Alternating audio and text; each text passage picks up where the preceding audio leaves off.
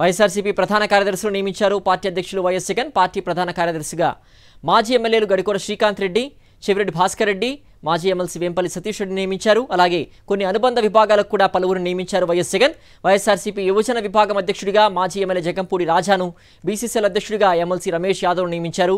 అదేవిధంగా ఎస్సీసీఎల్ అధ్యక్షుడిగా మాజీ ఎమ్మెల్యే టీజేఆర్ సుధాకర్ బాబును, చేనేత విభాగం అధ్యక్షుడిగా గంజి చిరంజీవి, విద్యార్థి విభాగం అధ్యక్షుడిగా పానుగంటి చైతన్యను నియమించారు. ఇక ఏలూరు జిల్లా పార్టీ అధ్యక్ష బాధ్యతలు మాజీ ఎమ్మెల్యే దూలం నాగేశ్వరరావుకు అప్పగించారు వైఎస్ జగన్.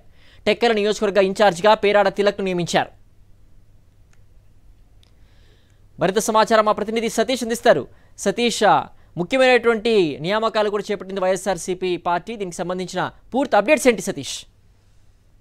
సిద్ధేశ్వర్, వైఎస్ఆర్ కాంగ్రెస్ పార్టీ అధ్యక్షుడు వైఎస్ జగన్మోహన్ రెడ్డి ఆ పార్టీ సంస్థాగతంగా కొన్ని నియామకాలను అదనంగా మరికొన్ని నియామకాలను చేపట్టి ఈ మేరకు అధికారికంగా వైఎస్ఆర్ కాంగ్రెస్ పార్టీ ప్రకటించింది.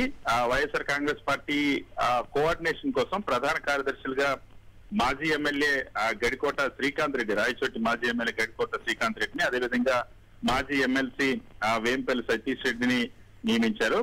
సో పార్టీకి సంబంధించినటువంటి బాధ్యతలకు సంబంధించి కోఆర్డినేషన్ బాధ్యతలను ఈ ఇద్దరు ప్రధాన కార్యదర్శులు నిర్వహిస్తారని పేర్కొన్నారు. అదేవిధంగా మరొక ప్రధాన కార్యదర్శిగా మాజీ ఎమ్మెల్యే చెవిరెడ్డి భాస్కర్ రెడ్డి నియమించారు.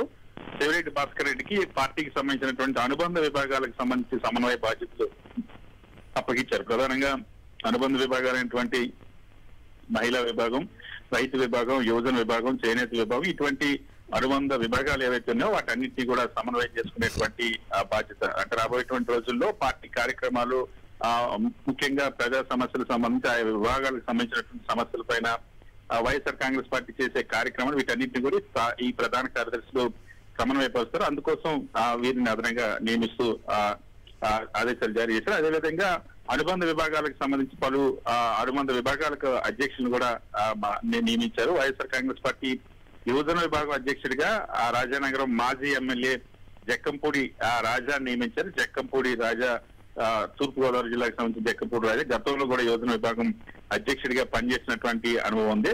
అదేవిధంగా బీసీసీఎల్ అధ్యక్షుడిగా ఎమ్మెల్సీ రమేష్ యాదవ్ ని నియమించారు.